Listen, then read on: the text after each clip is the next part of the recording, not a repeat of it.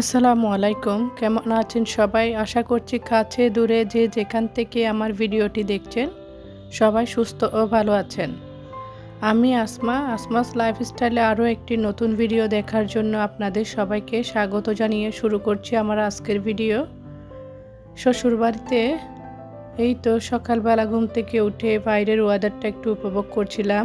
একদম ভোরে তো ওঠাই যাচ্ছে না, প্রচণ্ড শীত পড়ছে আর কুয়াশার জন্য চারপাশ দেখা যাচ্ছে না। রোদের মুখ তো দেখাই যায় না ৩-৪ দিন ধরে। সকালবেলা উঠে প্রথমে উঠানে গিয়েছিলাম, তারপর ছাদে উঠেছি। সকালবেলায় গ্রামীণ পরিবেশটা খুবই ভালো লাগে। ঢাকা শহরে তো আমরা ঘরবন্দি হয়ে থাকি, এরকম ওয়েদার, এরকম আশপাশের পরিবেশটা উপভোগ করতে পারি না। এই তো দেখেন আমার মেয়ে বড়ই গাছ থেকে বড়ই পেড়ে আমাকে এনে দিচ্ছে।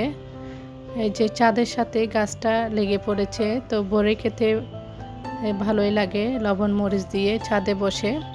তো আমার মেয়ে একটা একটা করে ছিঁড়ে এনে দিচ্ছে, আমি খাচ্ছি। বড়ইগুলো এখনো অনেক ছোট, আরও বড় হবে, বড় হলে নাকি অনেক মিষ্টি হবে। তো আমরা তো আর খেতে পারি না, এরই মধ্যেই চলে যায়। আমার মেয়ে অনেক এনজয় করতেছে গাছ থেকে বড়ই পাড়ারটা, তো আমাকে পেরে পেরে দিচ্ছে। এইগুলা হচ্ছে আমার শাশুড়ি পাতাগুলা শুকিয়ে ব্লেন্ডার করে গুঁড়া করে খায়। এগুলা হচ্ছে নিম পাতা, মানে ওই যে আপনাদের ভাইয়া যেভাবে খায় বললাম ব্লেন্ডার করে, আমার শাশুড়ি শুকিয়ে খায় আর কি, একদম শুকনা করে গুঁড়া করে তারপর বয়মে করে রাখে। এখানে হচ্ছে অনেক ধরনের পাতা, আমি বলতেও পারবো না এই পাতাগুলোর নাম। তো উনি সকাল বিকাল খালি পেটে ওষুধের মতন খায়, 1 গ্লাস পানির মধ্যে 1 চামচ করে গুলিয়ে। আশেপাশে অনেক ধরনের গাছ আছে, এই তো নারকেল গাছ, আম গাছ একদম ছাদের সাথে লাগানোই। যখন আম ধরে তখন গাছে আর উঠতে হয় না, ছাদে উঠে পারা যায় হাত দিয়ে। তো এইটা আমার খুব ভালো লাগে। আসার পর থেকে না শীতটা একটু বেশি পড়ে গিয়েছে, তো সকালবেলা উঠলে পানিটা একদম ধরতে ইচ্ছা করে না। প্রচুর ঠান্ডা থাকে ট্যাঙ্কির পানিগুলা, গ্রামের ট্যাঙ্কির পানিগুলো বেশি ঠান্ডা থাকে। আর ঢাকা শহরে তো অনেকবার পানি ওঠানামা করে, সেজন্য পানি একটু গরম থাকে।